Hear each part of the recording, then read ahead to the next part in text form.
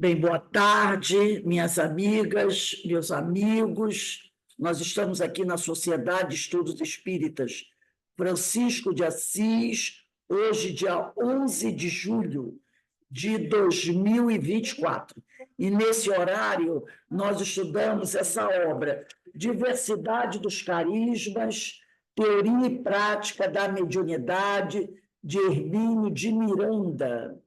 Nós estamos estudando o capítulo, deixa eu ver aqui, 13º, né? Que trata da mediunidade. E nós estamos no item 11, visitantes inesperados. Só que nós estamos assim já, deixa eu ver aqui o parágrafo, 1, 2, 3, 4, 5, vamos para o 6º parágrafo do item 11, visitantes inesperados. Então, vamos iniciar aqui o nosso estudo, mas antes, vamos fazer a nossa prece de agradecimento, tá bom? Então, deixa eu só tirar aqui o som do meu celular, porque se ele tocar, eu abaixo o som, mas ele aumenta o som sozinho, é uma coisa incrível, não sei por quê. Mas vamos lá. Então, vamos elevar o nosso pensamento ao alto, ao Pai Criador, a Jesus, agradecer ao Senhor pela oportunidade que o Pai nos concede de estarmos reunidos aqui, com uma grande família que somos, na verdade, e sempre agradecendo a Deus pela oportunidade da reencarnação, pela oportunidade de estarmos aqui estudando, adquirindo esses conhecimentos, né? Porque o Pai sabe das nossas necessidades, e também pedir aos amigos espirituais, a Francisco de Assis, aos médicos da espiritualidade, que nos envolvam com a sua infinita misericórdia, equilibrando as nossas energias, fortalecendo o nosso fluido vital, trazendo-nos o equilíbrio para que a nossa saúde possa estar harmonizada e assim possamos, né, realizar tudo o que precisamos realizar para continuarmos a nossa caminhada. Obrigado, Senhor, e ser conosco hoje, agora e sempre, graças a Deus. Bem, vamos lá começar o nosso estudo, que Emílio Miranda diz assim: Kardec narra o caso do espírito que se manifestou exibindo sua tabaqueira. Isso é um caso bem famoso, né? Não necessariamente que continuasse a tomar o seu rapé no mundo espiritual. É que ele quis trazer um testemunho objetivo de sua identidade. Então, o Kardec vai falar desse espírito, né, que trouxe a tabaqueira, tá? E se materializou mostrando. A tabaqueira era uma caixinha, né, onde tinha tabaco, rapé, a pessoa botava no nariz aquele pozinho e espirrava, espirrava, espirrava a beça, né? Então, era um vício, né, que as pessoas tinham. Então, ele diz aqui, não que o espírito fosse usar do rapé, né, no mundo espiritual, mas ele quis mostrar que era possível não só se materializar, mas materializar também aquele objeto. Então, o espírito quis trazer um testemunho objetivo de sua identidade, para que ninguém eu não confundisse, porque quando encarnado ele sempre andava com aquela tabaqueira. Então, quando ele se materializa e a tabaqueira aparece junto dele, todo mundo identifica. Ah, já é fulano de tal, porque ele era tradicional andar sempre com aquela tabaqueira, né? Então, isso aqui, são inúmeros os exemplos. Então, vamos pegar aí o livro dos médiuns, só para a gente ler esse caso pra gente, da tabaqueira. Eu mandei para vocês aí, né? Questão 128 de um livro dos médiuns. Vamos abrir aí na 128 de um livro dos médiuns. Deixa eu botar aqui para a Ana, porque eu não sei se a Ana vai ver. 128 de O Livro dos Médiuns.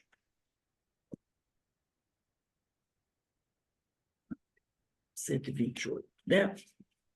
Então, a 128 diz assim, deixa eu ver.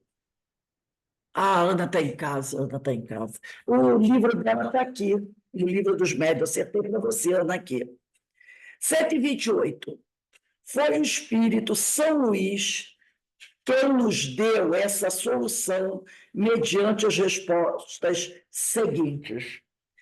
Primeiro, citamos um caso de aparição do espírito de uma pessoa viva. Esse espírito tinha uma caixa de rapé do qual tomava as pitadas.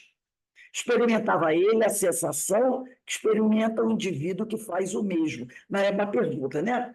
Citamos um caso de aparição do espírito de uma pessoa viva. Esse espírito tinha uma caixa de rapé do qual tomava pitadas. Experimentava ele a sensação, experimenta o indivíduo que faz o mesmo? Então, esse sujeito aqui que se materializa, ele está encarnado. Ele está encarnado. Ele deve estar no desdobramento do sono. Entendeu? Era alguém que estava dormindo na sua casa. E eu não me lembro, era uma mulher que estava na casa dela e, de repente, aquele espírito se materializa. Só que o sujeito estava encarnado, ele estava dormindo na casa dele. E aí ele se desdobra, vai visitar uma amiga dele e ele aparece com a caixa de rapé, para que não houvesse dúvida de quem ele era. Mas aqui ele faz uma pergunta: será que esse homem, do desdobramento do sono, com a caixa de rapé, ele vai sentir a mesma coisa que sente alguém, né? Um homem que está desperto, que de repente pegasse o rapé e colocasse lá no nariz? Ele diz, aí no segundo, aquela caixa de rapé tinha a forma da atividade que ele se servia habitualmente e que se achava guardada em sua casa, que era dita caixa das mãos da aparição, uma aparência. Então, a caixa que o espírito apresenta é uma cópia, uma aparência daquele tem que está na casa dele.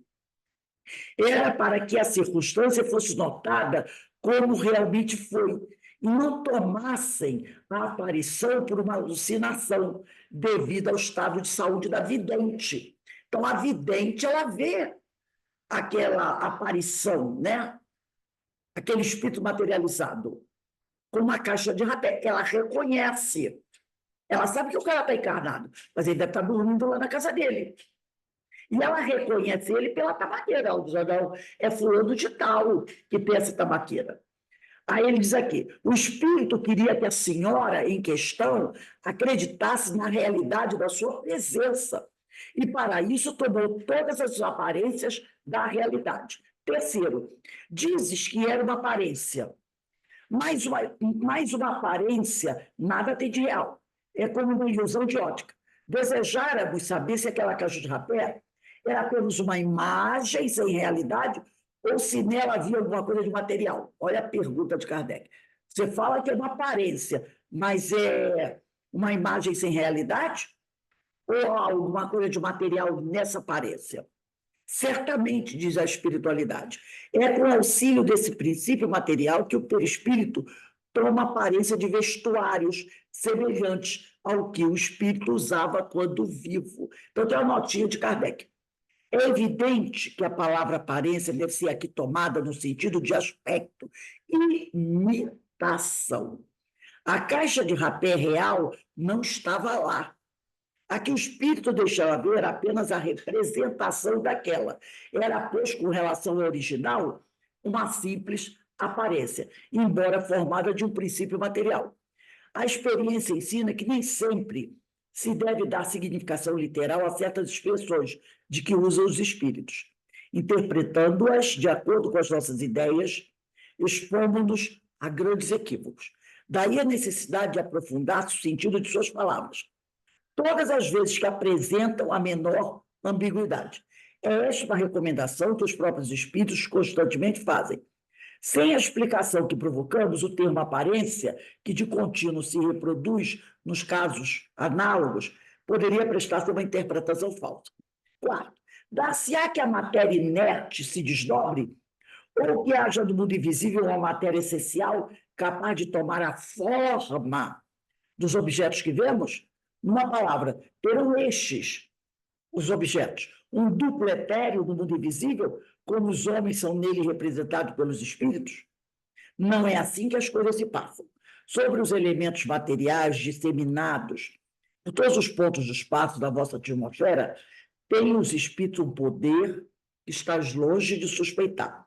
Podem, pois, eles concentrar sua vontade, esses elementos, dar-lhes a forma aparente que corresponde à dos objetos materiais. Quer dizer, o espírito quer montar, estruturar um livro.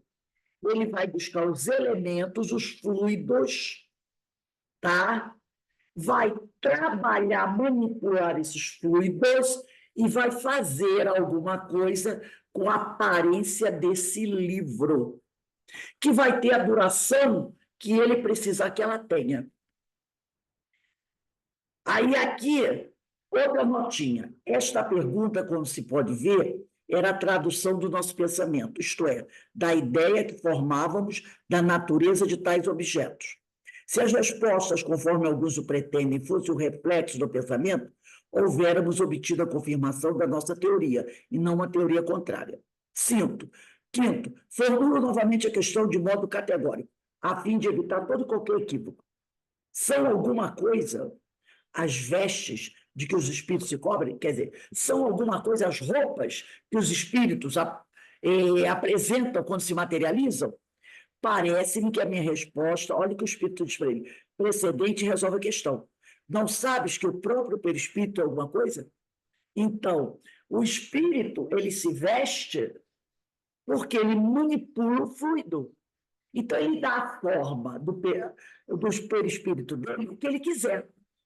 Ele dá ao perispírito a forma que ele quiser. Lembra? Basta o espírito pensar e ele cria. Sexto, resulta dessa explicação que os espíritos fazem passar a matéria etérea, que é o fluido, pelas transformações que queiram, e que, portanto, com relação à caixa de rapé, o espírito não a encontrou completamente feita lá no plano espiritual, ele não a encontrou.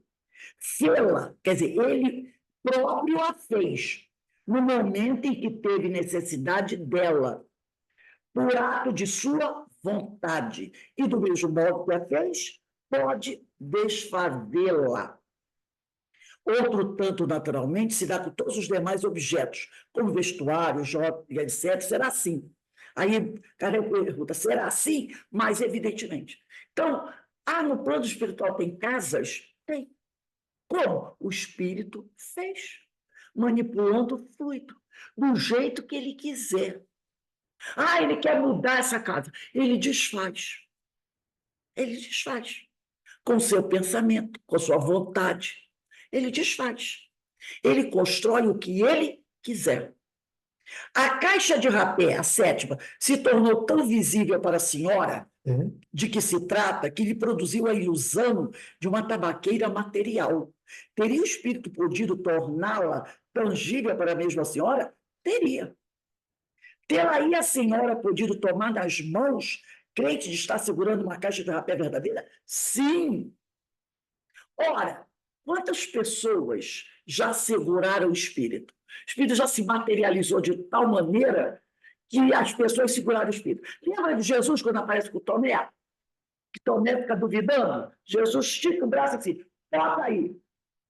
E aí Tomé, quando toca na mão de Jesus, ele acredita. Por quê? Porque Jesus se materializou de tal maneira que Tomé pôde tocar na mão dele e viu que era uma mão e uma ferida mesmo.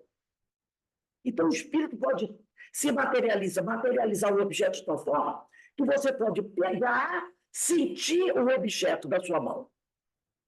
Pode abraçar, se ele fizer uma materialização tal. Aquele próprio rapaz que era presidente da Federação Espírita, acho que é o Jorge Simões Monteiro, né? O Simões Monteiro, agora me fugiu o nome dele. Ele foi presidente da Federação Espírita Brasileira.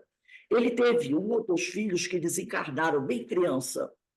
E ele tem até alguns livros publicados. E numa reunião mediúnica, a filhinha dele se materializou. Sentou no colo dele. Ele abraçou, conversou com ela, ele chorou.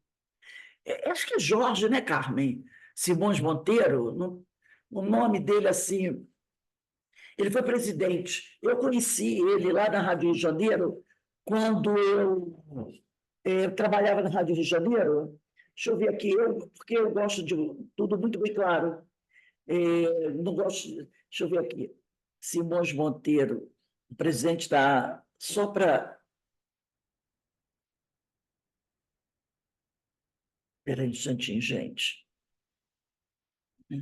Rádio Rio de Janeiro. De Janeiro. Esqueci o nome dele agora. Tem o nome daqui. Gerson Simões Monteiro. Gerson Simões Monteiro, né? Foi durante muitos anos presidente, né? Foi diretor da Fundação Cristã Espírita Cultural Paulo de Tarso, operadora da Rádio Rio de Janeiro, né? Gerson Simões Monteiro. Então, ele contava essa história. Ele contava essa história, né?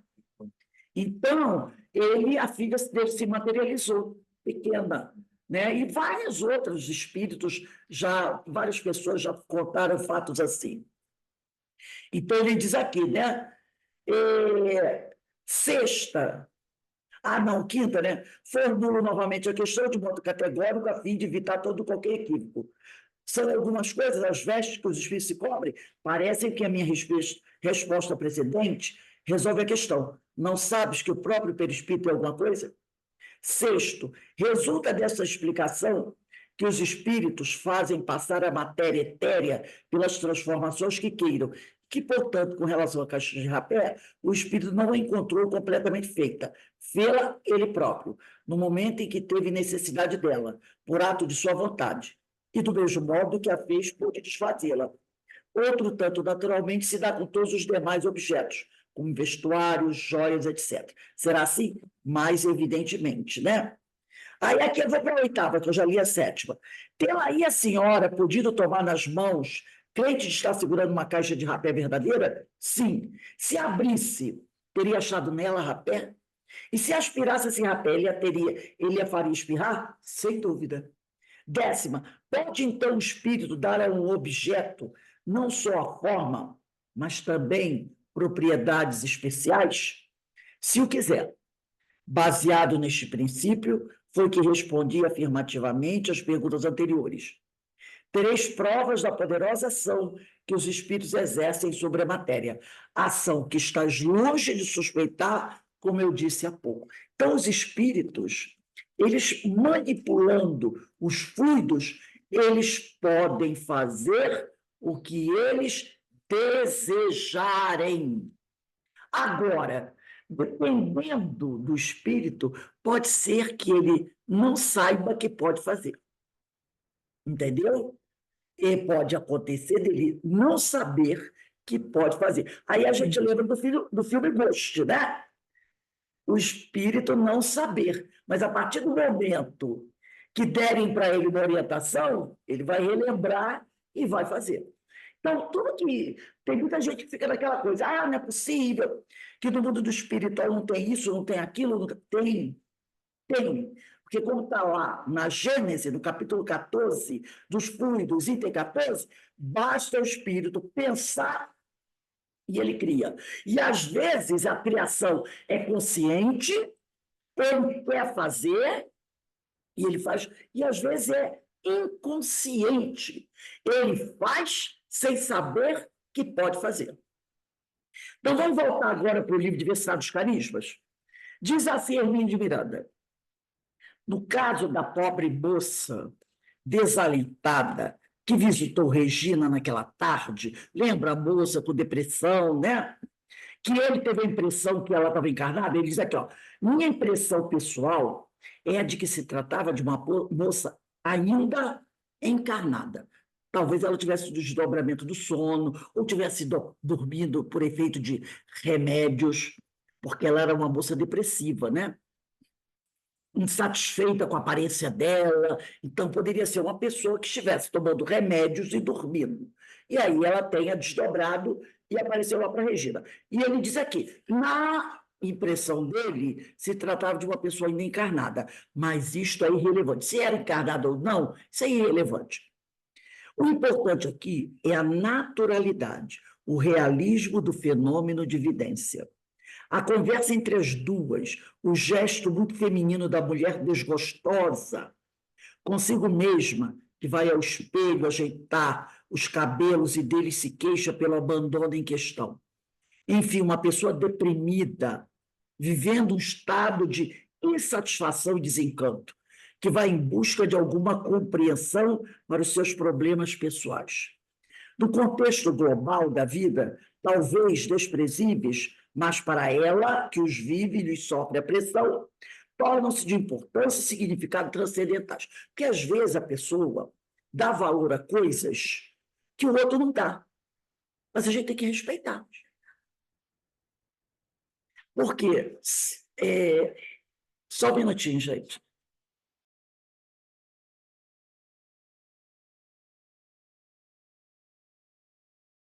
Não, né? Então, tá ainda, só um minutinho que está dando um eco aqui.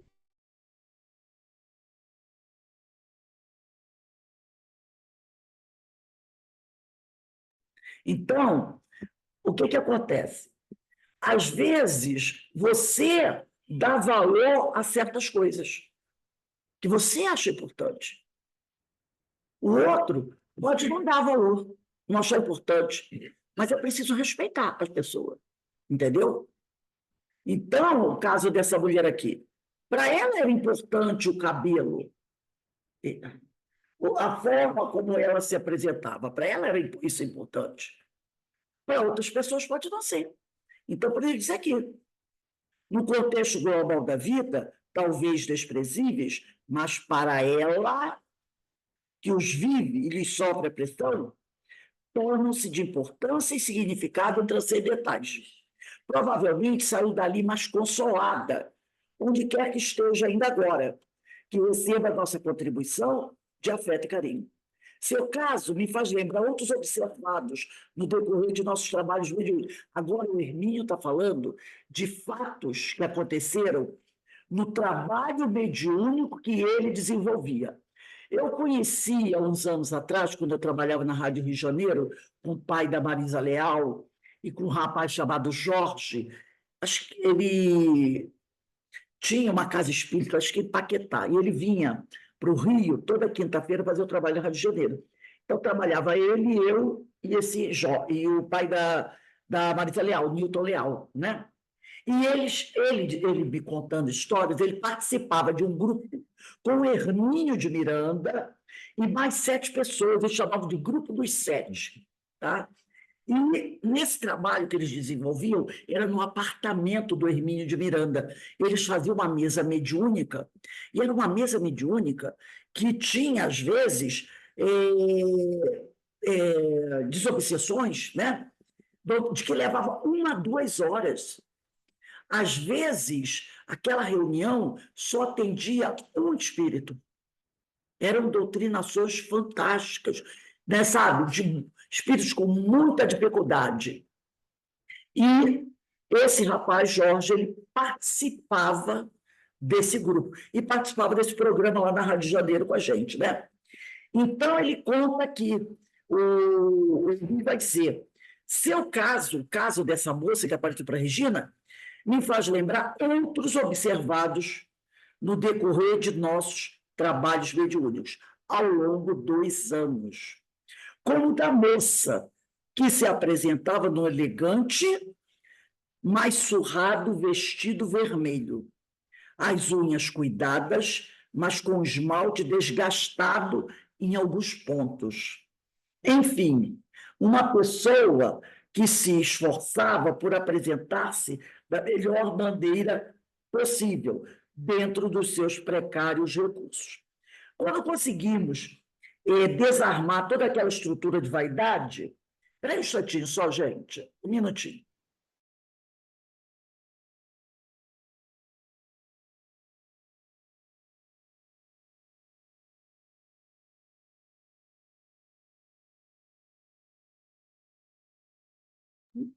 Prosseguindo aqui, é só um ajuste logístico. Então, isso aqui. Quando conseguimos... Desliga o celular. Então, desliguei. Ok. Quando conseguimos desarmar toda aquela estrutura de vaidade, de artifício, empenhada em nos envolver nas suas malhas, explodiu em lágrimas, revelando toda a angústia que ia na sua alma sofrida e pressionada, joguete de paixões alheias que a utilizavam impiedosamente nas suas tramas secretas. Então, ela aparece para o grupo com o objetivo de desestabilizar o grupo, de fazer com que o grupo, né, não conseguisse desenvolver o trabalho. Então, havia um grupo que a utilizava para que ela impedisse que o trabalho ali se desenvolvesse a contento. E aí ela vai dizer aqui, ó, tinha gravíssimos compromissos, a moça, perante as leis divinas. Na verdade, era o espírito que aparecia nesses grupos, perante as leis divinas. E por isso estava presa a esquemas aflitivos, como que chantageada ao ponto da degradação, vivia numa existência detestável. Acolhemos o seu espírito atormentado com muito carinho e compreensão em respeito às suas dores, que eram muitas e antigas. Pediu-nos perdão pelas tentativas de envolvimento e referiu-se à sua aparência física, aquele vestido horroroso, o único que tinha, as mãos maltratadas, os cabelos mal cuidados. Então, esse caso que o Hermínio está apresentando aqui, ele é narrado em algumas obras, como essa aqui, ó, Histórias que os Espíritos Contaram. Essa obra aqui, Histórias que os Espíritos Contaram, faz parte de uma coleção de livros, tá? De uma coleção de livros aonde o Hermínio narra todas as doutrinações, grande parte das doutrinações que ele fazia para o seu grupo. E não é só um livro, né? Tem outros livros que contam. Um deles é o número 2, depois desse, é o Exilado. O número 3, A Dama da Noite. O número 4, A Irmã do Vizir. São 4 livros. E nesses livros ele traz as doutrinações que eles faziam desse grupo. É maravilhoso, gente, porque você vai vendo o que aqueles espíritos estavam sofrendo, o que estava acontecendo com eles, né? Aí ele continua aqui.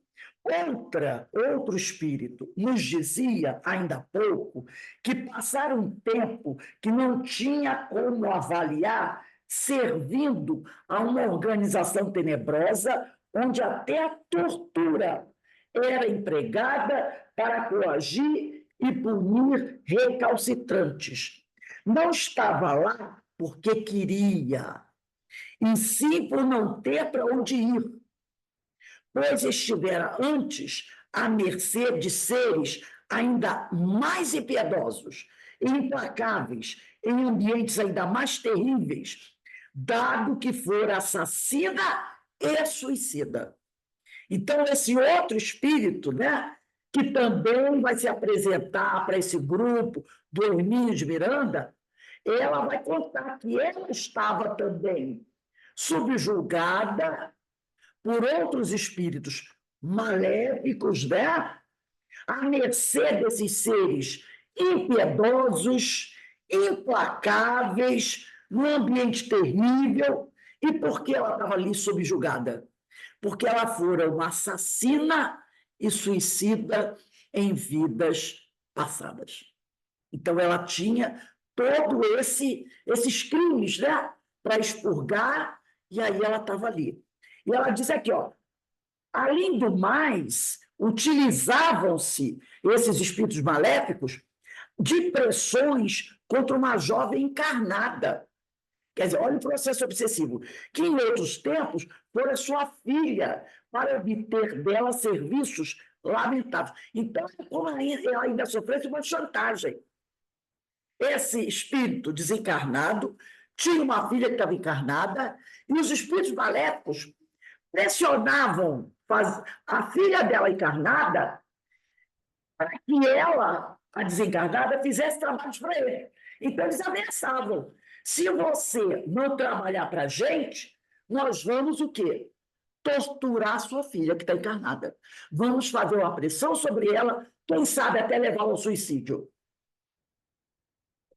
Então, a mãe, que tinha cometido muita coisa errada no passado, tinha matado pessoas, tinha se suicidado, ficava como, né? Então, ela fazia tudo que os espíritos faziam no plano espiritual. E, se não fizesse, eles ameaçavam destruir a filha dela, que estava encarnada. Olha só que situação. Olha que situação difícil, né?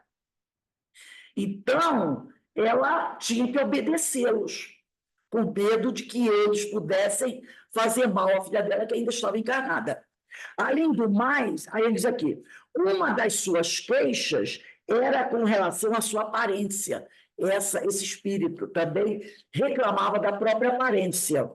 Logo depois de recolhida pelos nossos amigos espirituais, isso tudo que aconteceu durante a doutrinação. Então, a equipe espiritual que trabalhava com Hermínio de Miranda recolheu esse espírito, entendeu? Ele diz aqui, recolheu esse espírito. Diz ela, tomou um banho. Olha só, esse espírito. Ela se sentia suja, suja. E aí, quando os amigos espirituais a recolheram, ela disse que tomou um banho, coisa que não sabe há quanto tempo não fazia. O espírito falando isso. E trocou de roupa. Era um alívio. Sentia-se, afinal, limpa e decentemente vestida, ainda que com simplicidade. Olha que coisa interessante, né? Antes informou-nos a sua aparência. Era de uma megera. A aparência perispiritual dela no plano, lá na erraticidade, era de uma megera em trapos e mal cheirosa. Ela, quando encarnada, foi uma assassina. Ela matou alguém quando encarnada. Depois, ela se suicidou. Então, o estado dela vibratório do plano espiritual era terrível. Então, o crime que ela cometeu a deixou numa situação muito difícil. Tanto que ela foi utilizada pelos espíritos maléficos, por causa da sua culpa, para trabalhar para eles. E eles ainda forçavam, ameaçando a filha dela que estava encarnada. E, com o tempo, a aparência dela do plano espiritual era de uma megera. Então, não sei o que é uma megera, né? É uma pessoa ruim. Ela era uma assassina. Então, ela passou por uma deformação perispiritual, tá? Em acordo com o que ela carregava na consciência dela. Eu sou uma assassina, eu sou uma megera. Então, ela passou por essa transformação perispiritual e tinha a forma de uma megera, de uma bruxa, né? E as roupas dela eram trapos, e ela era mal cheirosa, tá? Quando ela vai dar o depoimento dela na reunião mediúnica do grupo do Hermínio de Miranda, e ela é recolhida pela equipe espiritual que apoiava esse trabalho do Hermínio, ela tomou um banho. Então, foi banho como o nosso aqui de chuveiro? Não. Na verdade, ela tomou um banho fluídico, né? Que retirou dela aquela energia deletéria que para ela passou como se ela tivesse tomado um banho. Ela se sentiu limpa. Agora, vamos pensar uma coisa. Quando uma pessoa comete muitos crimes, muitos erros, como é que a pessoa se sente? a pessoa não se sente suja, a pessoa se sente suja, a pessoa culpada, né? Ela se sente suja. Quanto mais a consciência dela a acusar, mais suja a pessoa vai se sentir, né? Suja, mal cheirosa.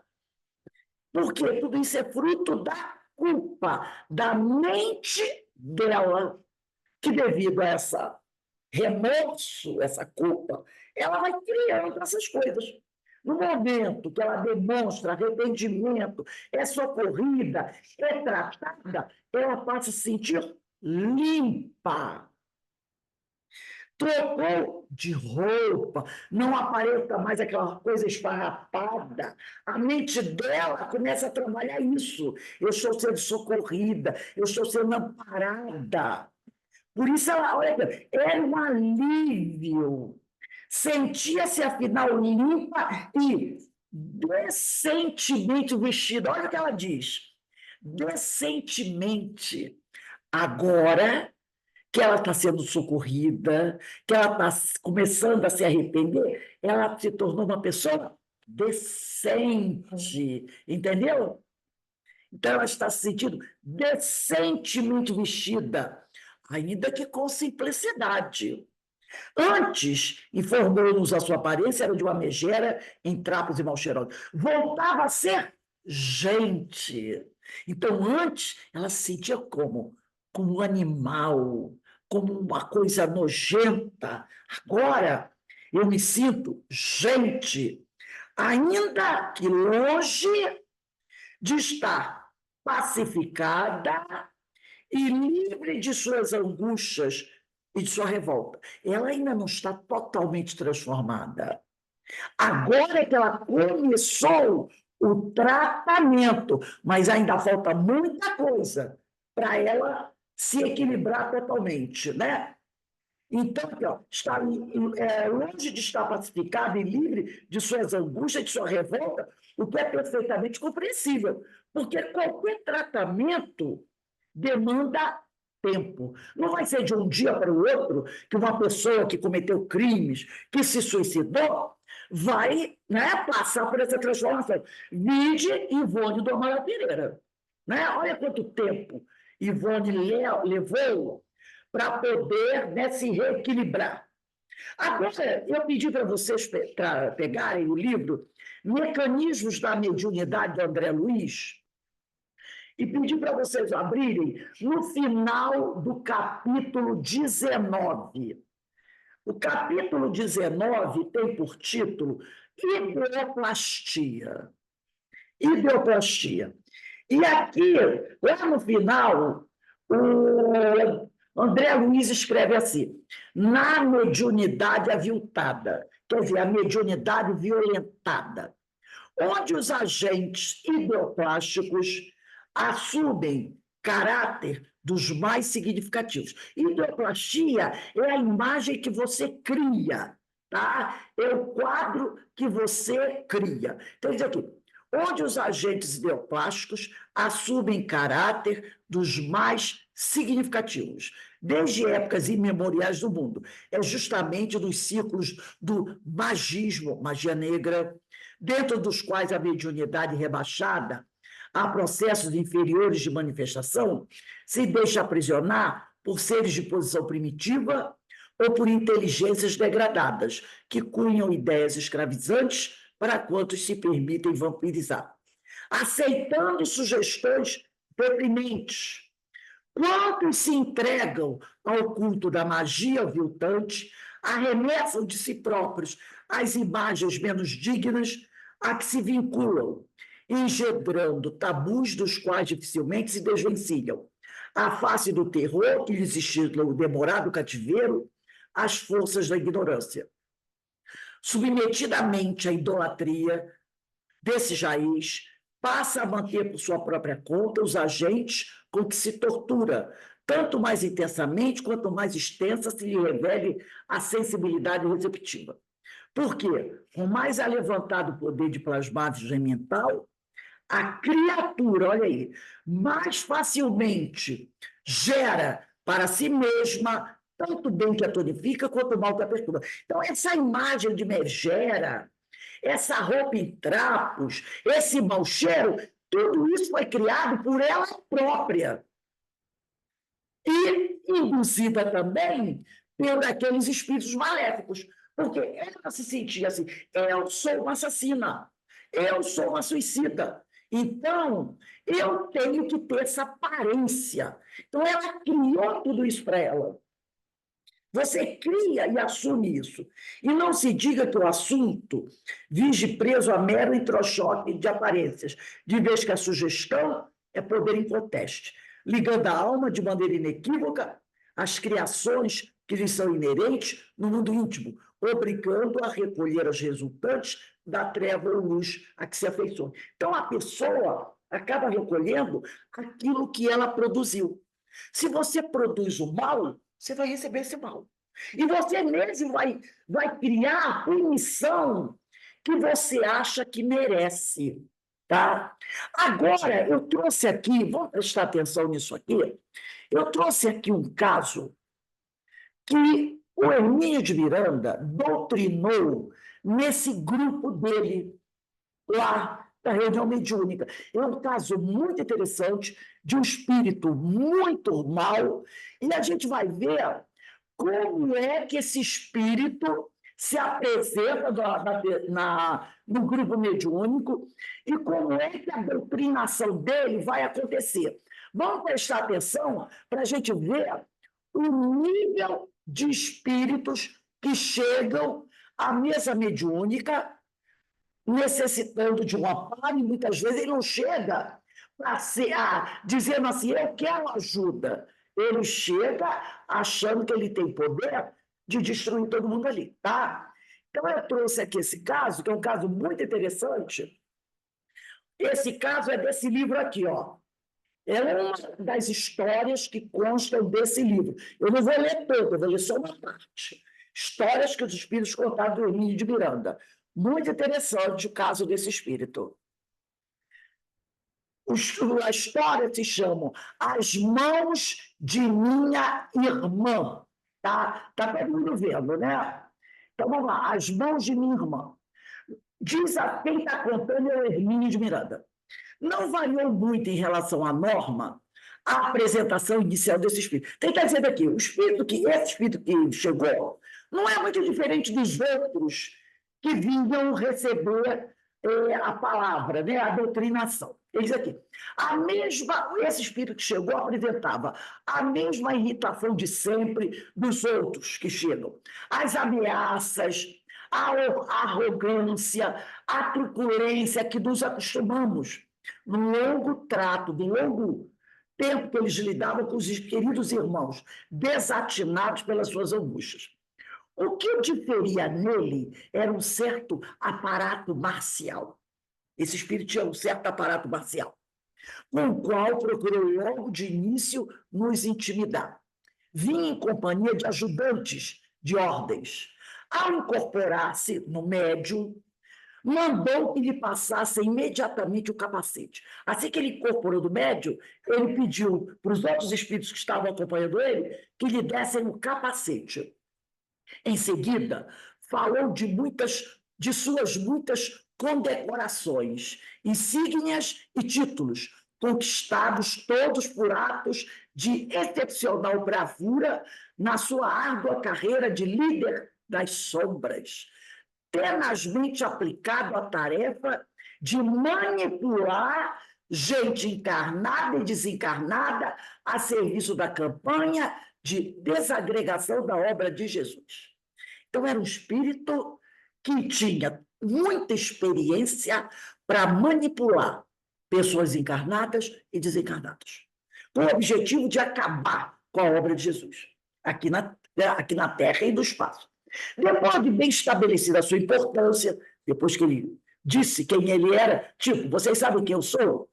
Depois de bem estabelecida a sua importância e a sua elevada posição na hierarquia do umbral, quis saber das credenciais do doutrinador. Aí agora eu quero saber das credenciais do doutrinador. Eu já apresentei as minhas. Examinou atentamente. fingindo-se, isso o espírito examinou atentamente o doutrinador, fingindo-se muito admirado de que ele não ostentasse nenhuma condecoração ou insígnia. Em vista de sua posição, e como não tinha tempo a perder, queria saber logo com quem falar, pois o pobre doutrinador não possuía as condições mínimas de status para falar com ele. Este, o doutrinador, confirmou a sua própria insignificância, mas como não havia outro, propôs que falasse com ele mesmo. Aí o doutrinador perguntou para o espírito: você não fala com os soldados? Perguntou-lhe. Não, a soldados eu dou ordens. Porque o doutrinador se mostrou meio humilde. Disse assim: ó, meu filho, aqui só tem eu, tá? Aí perguntou para ele, tipo, o comandante: o senhor não fala com os soldados? Não, a soldados eu dou ordem. Então, disse o doutrinador, dê-me as suas ordens. Foi a resposta do doutrinador, né? A primeira ordem é esta, disse o espírito: ouça apenas, não fale. Ele virou-se para o doutrinador e falou isso: ouça apenas, não fale. Nesse tom, seguiu a conversa. Um orgulhoso e poderoso chefe, acostumado a ser obedecido e jamais a ser contestado. Ele apenas se indignara a vir até o grupo mediúnico por causa da premência de tempo. Vinha discutir os termos de uma trégua de 3 ou 4 semanas, prazo suficiente, a seu ver, para implantar o plano que estava sendo ultimado.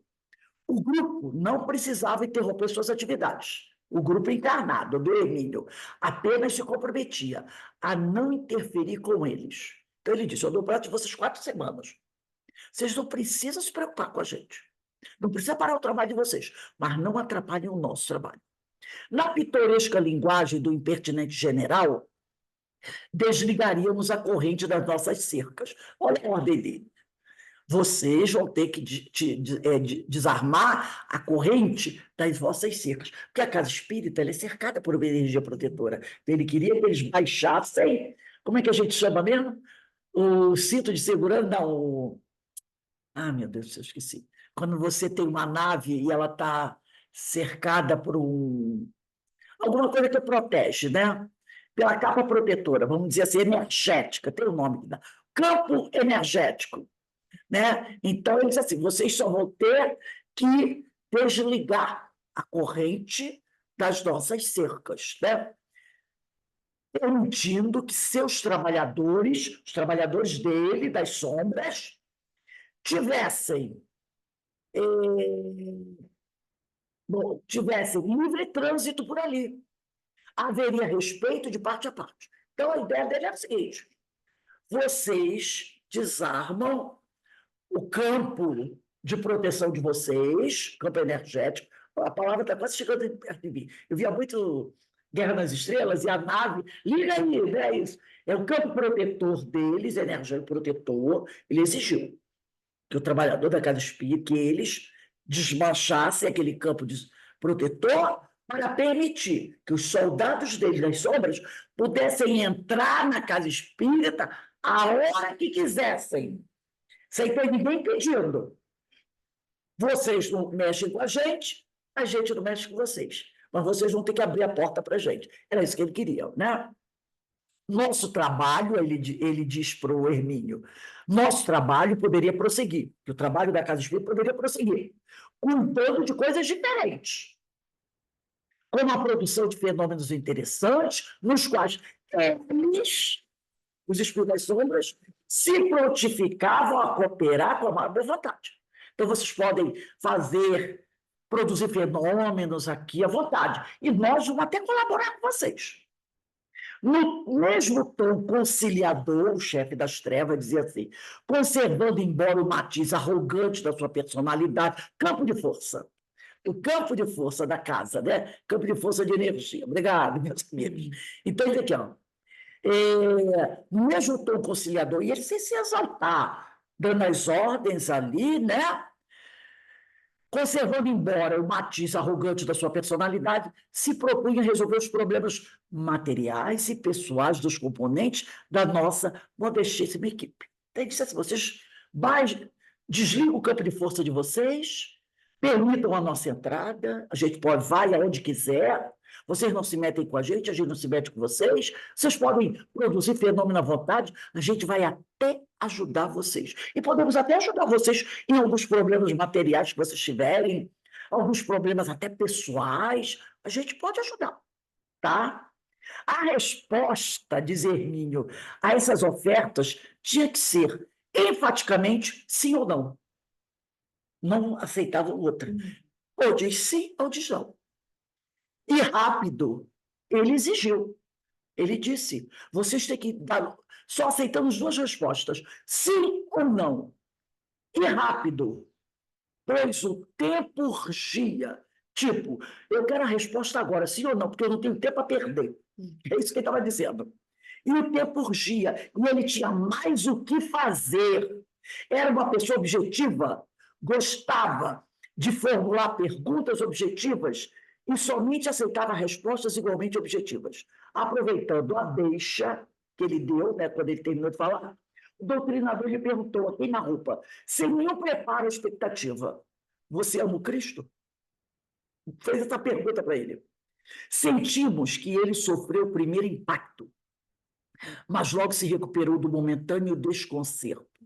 Claro que não respondeu objetivamente. Escapou após uma sensível pausa de hesitação, dizendo que a questão não estava em jogo. O doutrinador esperava a evasiva, esperava que ele fosse escamotear, né? E, é claro, mas lembrou a ele que, como ele acabava de verificar, nem todas as perguntas podem ser respondidas prontamente com sim ou não. Porque ele exigiu do pessoal sim ou não. Aí ele perguntou para ele, você é do Cristo? Ele ficou vacilante. Ele disse assim, ué, você está vendo que nem todas as perguntas eles podem responder com sim ou não. Então, agora, eu não vou continuar aqui, eu vou dar um pulo, né? Porque, apesar de ser muito interessante, para a gente avançar nessa conversa aqui, tá? Quem quiser depois pegar esse livro, eu mando para vocês o PDF. Aqui, a gente vai pegar quando ele começa a conversar já com o doutrinador. A narrativa começa a partir do ponto, na conversa com o doutrinador, em que o espírito já se encontra magnetizado. Porque aconteceram outras coisas e ele acabou sendo magnetizado pela equipe. No limiar do processo de regressão de memória. Porque eles magnetizaram ele e obrigaram ele a fazer uma regressão de memória. A primeira falha é do doutrinador. Tenha confiança em nós. Vamos recuar no tempo. Venha até aquele ponto onde você vai encontrar as causas do seu problema pessoal. Onde está o núcleo mais sério do seu espírito? Aquele que lhe causa tantas angústias, tanto desespero, tanta agitação. Então, a gente percebe o quê? Que aquele espírito que chegou ali dando ordens, né, dizendo mal, dominador, na verdade, é alguém muito, muito infeliz. Um grande espírito sofredor. E eles fizeram a regressão de memória para ir lá do problema dele original, onde tudo aquilo aconteceu. Seguem-se as sugestões apropriadas. O espírito já está em estado de transe anímico, algo sonolento e de voz um tanto pastosa. Geme às vezes, suspira. De repente começa a expelir o ar pela boca, como se procurasse cuspir algo seco. O doutrinador pergunta o que está acontecendo e ele responde: terra, terra na minha boca. Ele está caído no chão. E por isso, ao que parece, entrou um pouco de terra ou areia na sua boca. O doutrinador pergunta o que foi que aconteceu. Aí ele fala: bateram-me. Quem bateu? Os soldados. Por quê? Meu corpo todo dói. Eu não estava fazendo nada. Eles não iriam bater em você sem razão. O que foi? Onde você mora? Que lugar é esse? Está tudo tão confuso? Não sei. Bateram-me os porcos, esses porcos. Por causa deles, eu não quis denunciá-la. Então, já entrou outra pessoa dessa história. Denunciar a quem? A minha irmã, minha única irmã. É judeu, segue a lei antiga, Moisés, o espírito é judeu. Foi judeu, né? A irmã tornara-se cristã, Mas, afinal de contas, continuava sendo irmã. Ele era judeu, era de família judia, a irmã se tornava cristã. Então, alguém veio para prendê-la, porque ela era cristã. E ele, de certa forma, a protegeu. Por isso ele a protegia. Apesar dela ser cristã, seguir Jesus, e ele não tem nada a ver com Jesus, era irmã dele, então ele a protegia. Por isso que os soldados estavam batendo nele, né? A irmã tornava-se cristã, mas, afinal de contas, continuava sendo irmã. Por isso ele a protegia, por isso foi espancado pelos que vieram buscá-la. Ele prossegue. Ela foi enfeitiçada por um velho que lhe falou do homem da cruz. E o velho a curou também. Ela sofria uma doença nos olhos. Então, ela foi curada por um dos seguidores de Jesus. Ah, sei! Ela ficou boa, então aceitou. Quando o homem a curou, ela ficou boa, então ela aceitou Jesus. Aquele a quem você chama o homem da cruz, falou o doutrinador, é isso. Aí os soldados vieram buscá-la. Para quê? Eles queriam matá-la ou prendê-la? Era uma traição. Ela havia sido criada para servir no templo. Você é um sacerdote? Então ela foi criada para servir no templo judeu. Quando ela passou a seguir Jesus, ela abandonou o templo. Foi considerada traidora. Aí o doutrinador pergunta para ele, para o irmão dela, você é um sacerdote? Não, cuido dela, somos só nós dois. Depois disso aí, quando você foi batido pelos soldados, o que aconteceu? Vamos em frente. Tive que matar um cão nosso. Quer dizer, os soldados eram do templo judeu, era um soldado judeu. E ele matou o soldado judeu. Aí ele diz assim, ó, tive que matar um cão nosso, quer dizer, um soldado judeu, para que eles não os levassem até ela. Ah, não, era um cão mesmo que ele tinha. Ele tinha um cão. Então, os soldados usaram o cão, deve ter dado uma roupa, alguma coisa para o cão cheirar. O cão ia denunciá-la, quando ela estava escondida. Então, ele matou o cão, para o cão não levar os soldados até ela. Ela estava, pois, escondida em outro lugar, que o cão conhecia. Eles, então, viram que eu sabia. Tomaram meus bens à casa. Bateram nele, tomaram os bens, confiscaram tudo, né? E a sua irmã, o que aconteceu com ela? Foi para aquela casa onde tratavam dos leprosos e dos doentes. A Casa do Caminho, que era cuidada por Pedro, né? Foi para lá, Casa do Caminho. Convertida ao cristianismo, olha só, nascente, a moça foi servir na Casa do Caminho em Jerusalém. Era lá que ela estava, e os beleguins do templo, beleguins são os soldados do templo, queriam aprisioná-la para obrigá-la ao cumprimento de seus votos religiosos perante a lei antiga. Mas isto só depois. Eu a escondi, fiquei sem nada, repudiado por todos, nenhuma casa para abrigar, nenhum amigo, todos me fechavam as portas. Sim, mas você poderia ter ido também para aquela casa, que é a Casa do Caminho, não é? Não! São eles que nos perderam. Eu não ia ficar já lá com esses seguidores do Homem da Cruz. Foi por causa deles que aconteceu essa desgraça toda, porque a minha irmã se converteu, né? O que aconteceu depois com você? O doutrinador perguntou para o espírito. Continue. Revoltei-me, fiz algo terrível. Devia estar enlouquecido. Não tinha nada. Um dia fiquei escondido junto ao poço, onde eu sabia que eles tomavam água. Mas preciso lhe contar o que aconteceu antes. Eu me encontrei certa vez na casa de uma pessoa que desejava muito minha irmã e me disse que me daria meios de ir a Roma e começar outra vida. E ele, mas o preço era ela. Então, tinha um sujeito que queria a irmã dele e disse: olha, eu te dou dinheiro, te deixo bem de vida se você me der a sua irmã. Aí então é que você foi esperá-la junto ao poço? Sim. Quando ela veio, aí ele combinou com a irmã, pediu para a irmã vir encontrar com ele junto ao poço.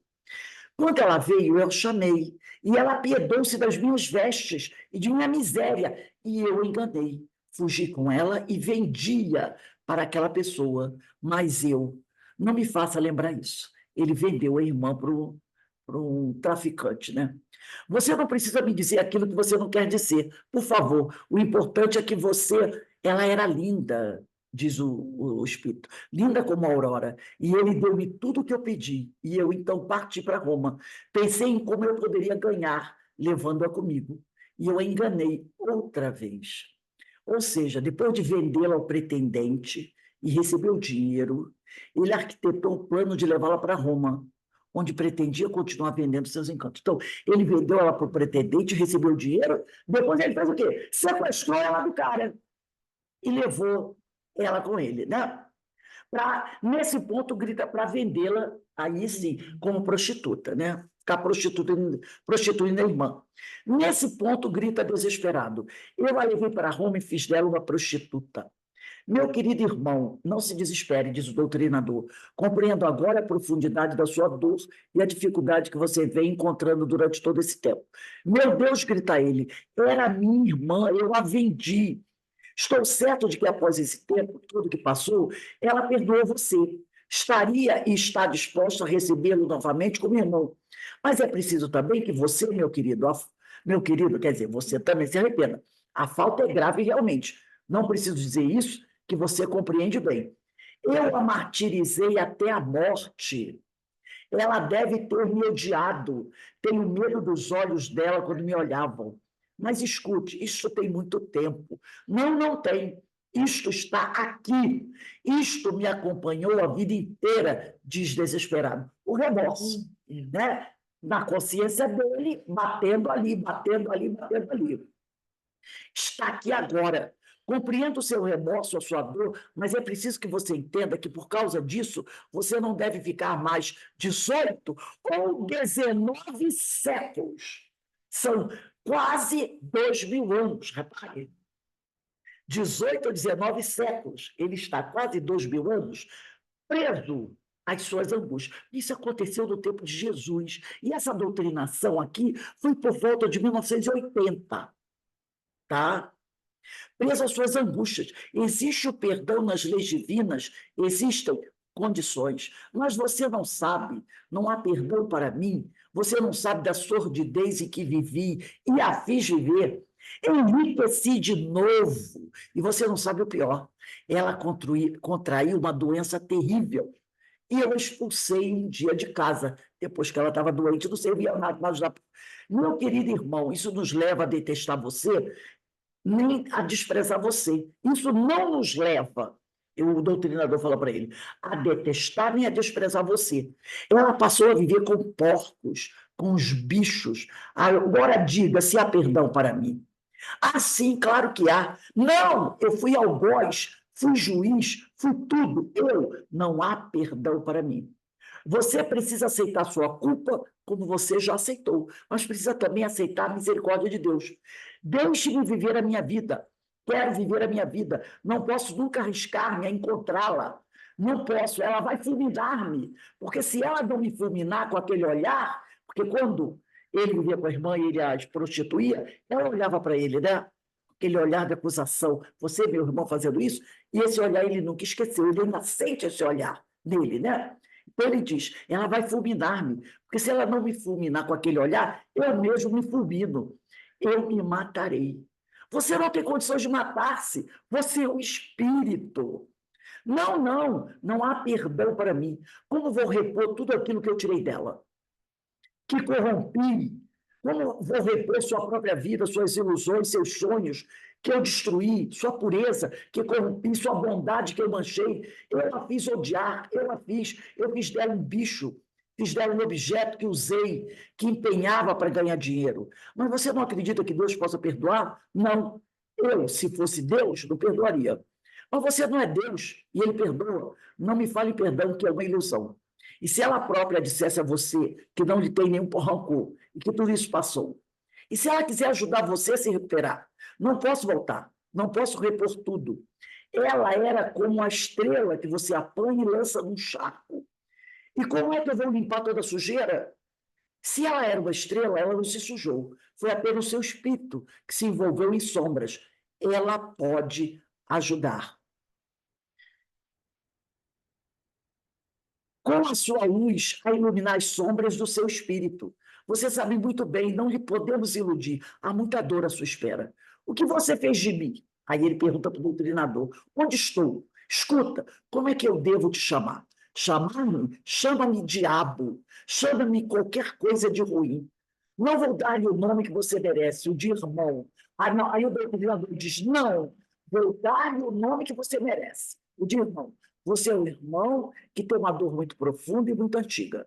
Respeitamos a sua dor e pedimos a você, num apelo muito sincero, muito humano, já que conviveu com essa dor tantos séculos, que comece a admitir a misericórdia de Deus. Dor, não, isto não é uma dor, isto é um inferno de fogo. Fogo e lama é como um vulcão de lava quente, queimando, queimando. Um momento. Ouça, maior do que tudo isso é a misericórdia de Deus. É o amor do Cristo que não deixou de estender mão a você e pedir que você também fosse ao encontro da sua irmã. Você precisa começar a se perdoar também. Admitir que também pode ser salvo dessa situação. Todos nós cometemos erros, falhas clamorosas de desentendimento, de desespero, de aflição. No entanto, todos nós nos salvamos no tempo devido. Não através de sacramentos, de mentiras, de rituais, e sim através do nosso trabalho. E se o Cristo nos permitiu nessa noite de hoje que chegássemos até você, é porque ele também continua à sua espera, tanto quanto a sua irmã.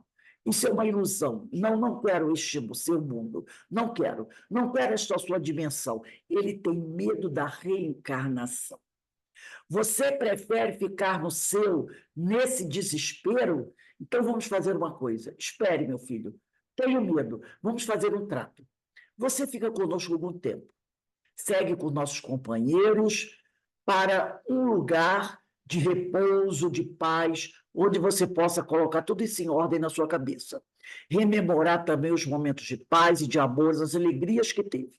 Porque também houve alegrias naquelas épocas em que você viveu esquecido dessas dores, mergulhado na carne. É possível até que vocês se tenham encontrado em outras vidas, e certamente vão encontrar-se no futuro. Um dia você vai estar na presença dela novamente. Você precisa estar preparado para isso, e nós lhe daremos ajuda. Que você tem nas mãos?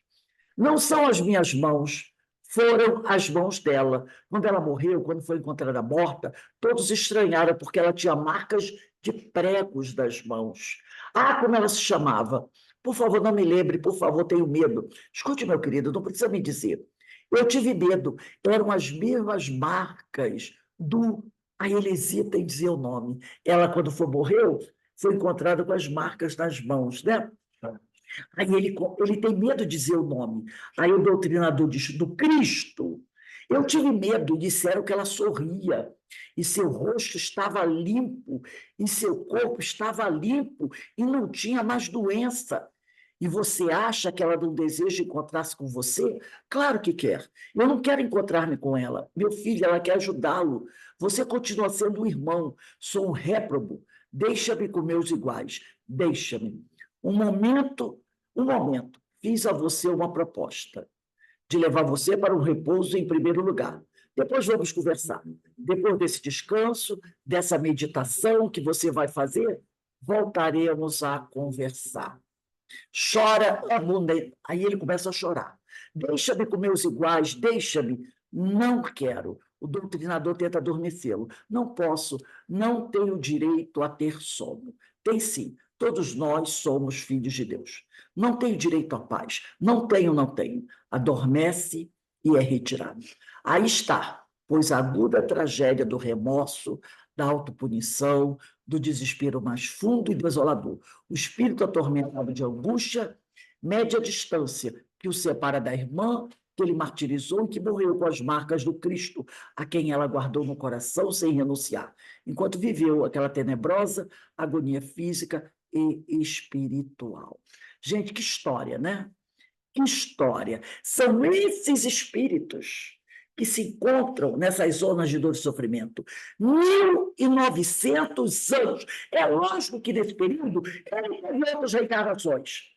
Talvez até a irmã, mas ele não se lembra. Mas em todas elas, desses 1900 anos, ele guardou o quê? A culpa, o remorso, a tortura. A tortura. Entendeu? É esse tipo de espírito que o Hermínio recebe na mesa mediúnica. Cada história desses livros que eu falei são 4 histórias que os espíritos contaram, O Exilado, A Dama da Noite, A Irmã do Vizinho. São livros que contam as histórias desses espíritos que vêm à mesa mediúnica. E para a gente encerrar, eu só vou ler mais um parágrafo aqui do Diversidade dos Carisma para fechar. Diz o Hermínio de Miranda, esse é o realismo que se desdobra ante a visão dos médiuns. Para Regina, viraram rotina episódios semelhantes. Lembra-se ela do tempo em que não era informada sobre a doutrina espírita. Via espíritos sem que soubesse que se tratava de gente desencarnada. Para ela, eram pessoas comuns, e nas escolas em que lecionava, chegava a pensar que eram funcionários da casa.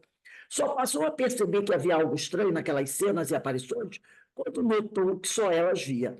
Às vezes, eles surgiam em plena sala de aula, como se acabassem de atravessar uma das paredes ou portas fechadas. Mas esses detalhes só começou a perceber mais tarde, pois a princípio não lhe ocorria especular como aquelas pessoas que haviam entrado.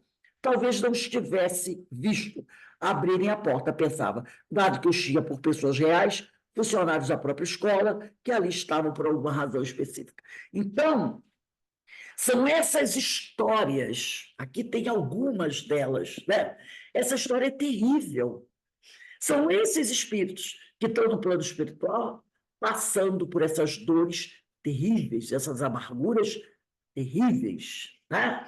Então, o Hermínio aqui traz um caso, mas tem centenas de casos nessas 4 obras que eu falei para vocês. Todos depoimentos de espíritos das mesas mediúnicas. Então, a gente está vendo aqui um espírito, né, que chega na casa espírita como general, né? Eu sou o chefe, mas, na realidade, olha a desgraça que ele carrega com ele. Olha a dor e o sofrimento que ele carrega com ele. Terrível, né? Alguém gostaria de comentar alguma coisa? Ô, Rose, você falou que durante esse período, esses séculos, ele reencarnou? Sim, ali o doutrinador fala.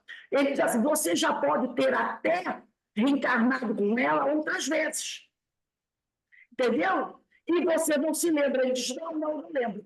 Então, nesses 1.900 anos, quer dizer, ele teve outras reencarnações, mas sempre a mesma toada. Entendeu? Cheio de ódio, de amargura. Então, daqui na Terra, deve ter feito coisas terríveis, volta para o espiritual do bem, cada vez pior, cada vez pior. Então, ele pode ter tido várias reencarnações, até com a mesma irmã, e sempre a torturando, perseguindo, fazendo algo de ruim para ele. Você vê que agora, do plano espiritual, ele se diz um chefe das sombras. Mas ele não ficou esses 1.900 anos. Ele pode ter reencarnado. Tanto que o Domingos falou, você já deve ter reencarnado com ela. Mas não se lembra. Ele não se lembra, nem quer. Ele não quer falar dela. Só que nessas reencarnações, ele sempre metido no mal, e cada vez aprofundando mais no buraco. Entendeu? Até que ele chegou a esse ponto, onde a espiritualidade, o Senhor permitiu que ele fosse levado. Ele disse que não foi levado, ele disse que ele foi lá para dar ultimato a eles. Mas é lógico, né, que a espiritualidade o encaminhou, porque ele estava pronto para ser mexida. Apesar de ser aquela coisa de Durão, mas a espiritualidade sabe, ele está no ponto. Tanto que eles o magnetizaram e aí ele se desarmou. E aí, aquele homem todo, com capacete, com medalhas, eu sou mau, o que ele era? Um espírito altamente sofredor, altamente culpado. Né? E vai precisar de muito sofrimento para resgatar tudo isso. E ele reconhece disso, ele reconhece isso.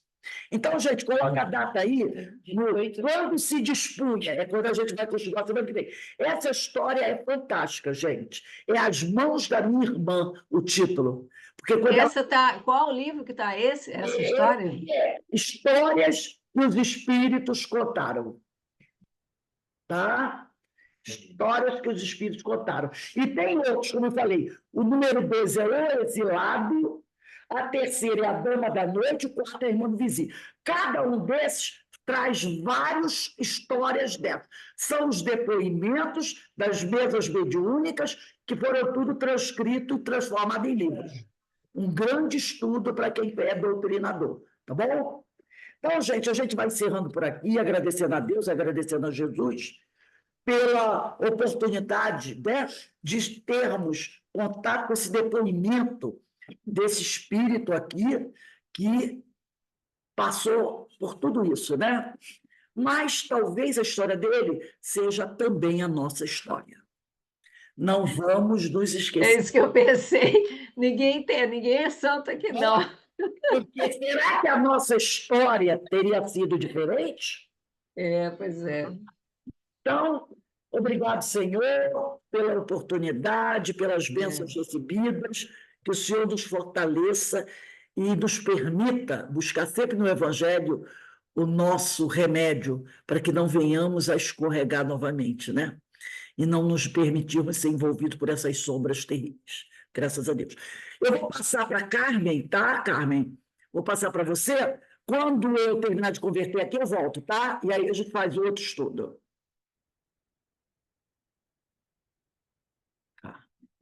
Tá aqui.